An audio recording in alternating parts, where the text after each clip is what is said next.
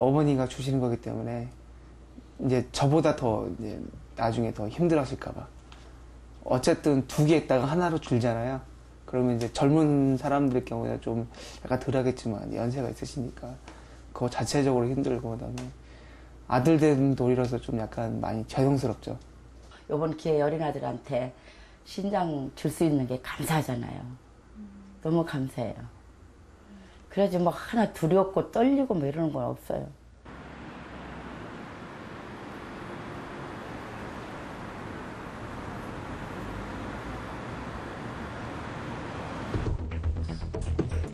며칠 후 정숙인 씨의 수술이 시작됐다.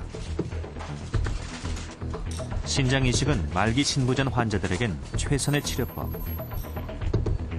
투석을 받지 않기 위해서는 타인의 신장을 받는 수밖에 없다. 의료진은 환자의 콩팥을 그대로 둔 채 공여자의 콩팥을 환자에게 이식한다. 만약의 경우를 대비해 원래 있던 콩팥은 떼어내지 않는 게 신장 이식의 원칙이다. 많이 커지고 색깔도 이뻐지고 소변도 나오고. 건강한 콩팥을 요도와 연결하자 소변이 나오기 시작한다. 나이가 젊으시고 하니까 뭐 요가 좋을 거예요. 근데 이제 제일 중요한 것이 이제 그 면역 억제제를 그 처방대로 꼬박꼬박 잘 복용하는 것이 제일 중요하죠. 네. 그건 큰 염려가 없습니다. 우리가 몇십 년 동안 신장 이식 후에 그 신장을 제공한 사람 쭉 팔로우를 해보니까 크게 문제가 없는 것으로 다 조사가 됐기 때문에 콩팥 하나 가지고 사시는데 이제 그 하나 콩팥에 병이 생기면 이제 큰일이 나는데 거의 그런 일이 없는 것으로 지금 다 조사가 돼서 별로 염려 안 해도 될 것 같습니다. 정숙인 씨는 이제 새 생명을 얻었다.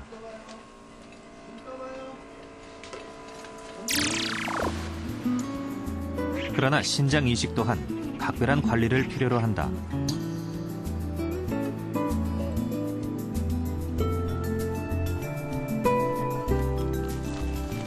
김장원 씨는 한봉을 한다. 이곳저곳 다니며 꿀을 채집하는 양봉과 달리 한 장소에서 벌을 키워 꿀을 얻어내는 작업. 그런데 어머니는 아들의 건강 때문에 걱정이 많다.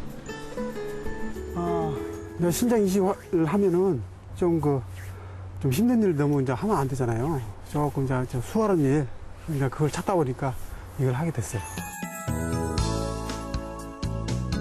20대 초반까지만 해도 김장원 씨는 근육질의 몸매를 자랑하는 건강한 청년이었다.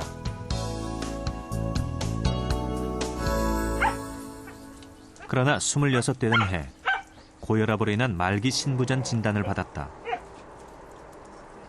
투석을 시작했지만 상태는 갈수록 악화됐다. 보통 보면 이렇게 누워있으면 이렇게 물이 심장 쪽으로 고이니까 막 심장을 압박하니까 막 심장이 뛰어줘야 되는데 심장을 못 뛰니까 막 숨이 차는 거예요. 막 이게 숨이 찬다는 거 알죠?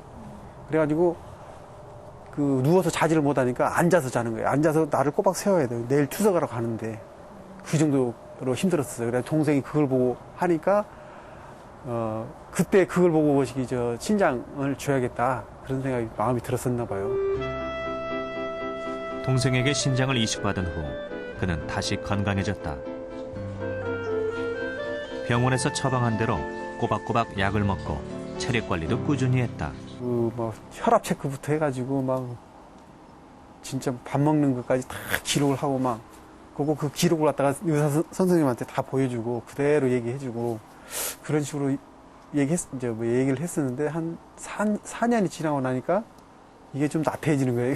그리고 나서 조금 좀 힘든 일 해도 괜찮겠구나. 그래가지고 힘든 일을 한 거예요. 내가 안 했어야 되는데. 그래가지고.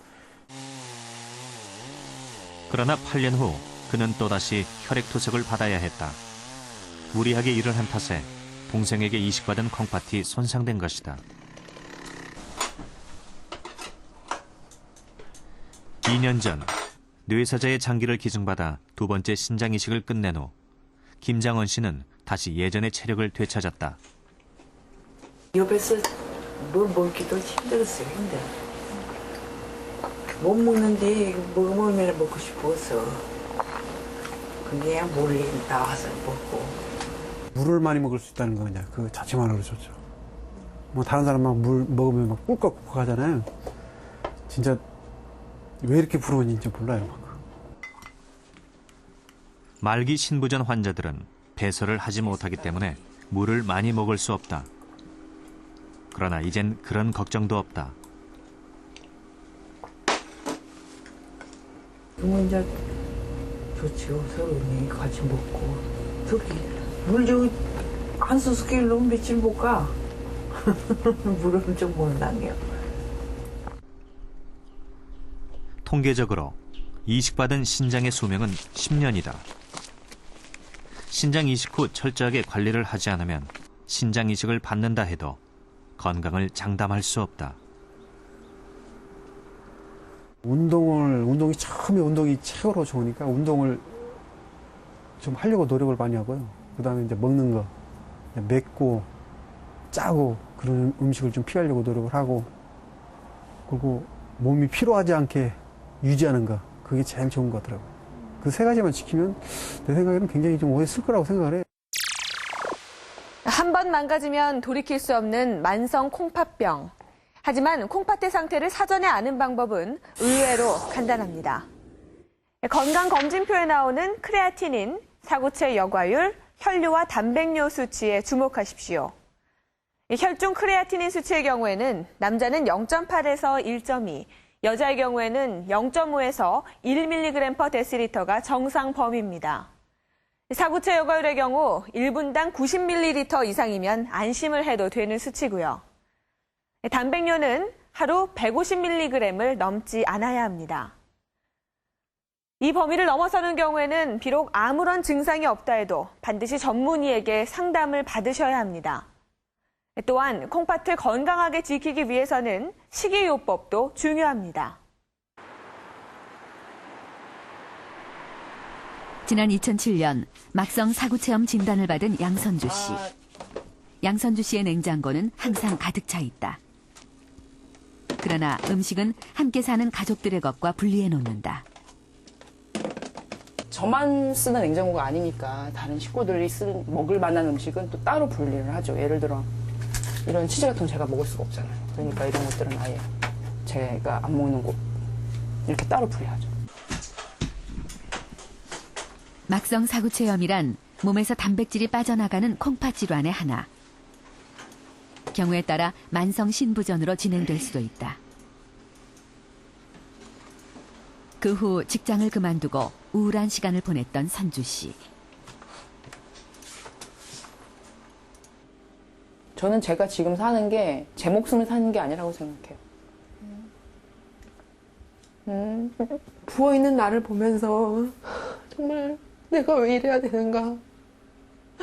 난 열심히 사는 것밖에 없는데 내가 왜 아파야 하는지도 모르겠고 그런 생각이 드니까 정말 아파트에서 뛰어내리고 싶더라고요. 그때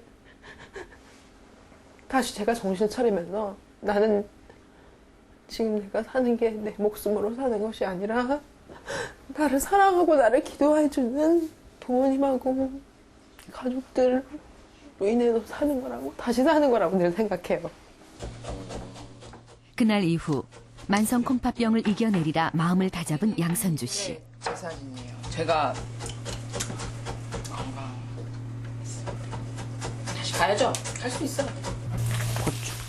양선주 씨는 철저하게 식이요법을 지키고 있다. 일단은 내가 먹을 거를 이렇게 하고 여기다 주세요. 식구들과 함께 음식을 먹을 경우 소금을 넣기 전 자신의 분량을 덜어놓는다. 그리고 나머지 음식은 다시 소금 간을 해서 식구들이 먹는다. 대부분의 콩팥병 환자가 그렇듯 양선주 씨의 큰 원칙은 저염식이다.